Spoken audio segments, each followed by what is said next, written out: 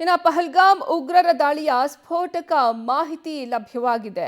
ದಾಳಿಗೂ ಮುನ್ನಾ ದಿನ ಘಟನಾ ಸ್ಥಳದಲ್ಲಿ ಉಗ್ರನ ಹೆಜ್ಜೆ ಅಂದ್ರೆ ಆತ ಅಲ್ಲಿ ಓಡಾಡಿರುವಂತಹ ಮಾಹಿತಿ ಲಭ್ಯವಾಗ್ತಾ ಇದೆ.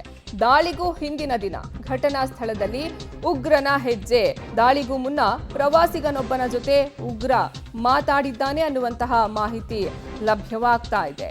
ಏಪ್ರಿಲ್ 21ರಂದು ಆಹಾರ ಮಳಿಗೆಯಲ್ಲಿ ಪ್ರವಾಸಿಗನ ಜೊತೆ ಉಗ್ರನೊಬ್ಬ ಮಾತುಕತೆ ನಡೆಸಿದ್ದಾನೆ. ಏಪ್ರಿಲ್ ಮೊದಲ ವಾರದಲ್ಲೇ ಉಗ್ರರು ಬೀಡು ಬಿಟ್ಟಿದ್ರು ಎನ್ನುವಂತಹ ಮಾಹಿತಿ ಲಭ್ಯವಾಗ್ತಾ ಇದೆ. ಪಹಲ್ಗಾಮ್ ಉಗ್ರರ ದಾಳಿಯ ಸ್ಫೋಟಕ ಮಾಹಿತಿ ಸಿಕ್ಕಿರೋದು. ದಾಳಿಗೂ ಮುನ್ನಾ ದಿನ ಘಟನಾ ಸ್ಥಳದಲ್ಲಿ ಉಗ್ರ ಕಾಣಿಸಿಕೊಂಡಿದ್ದಾನೆ.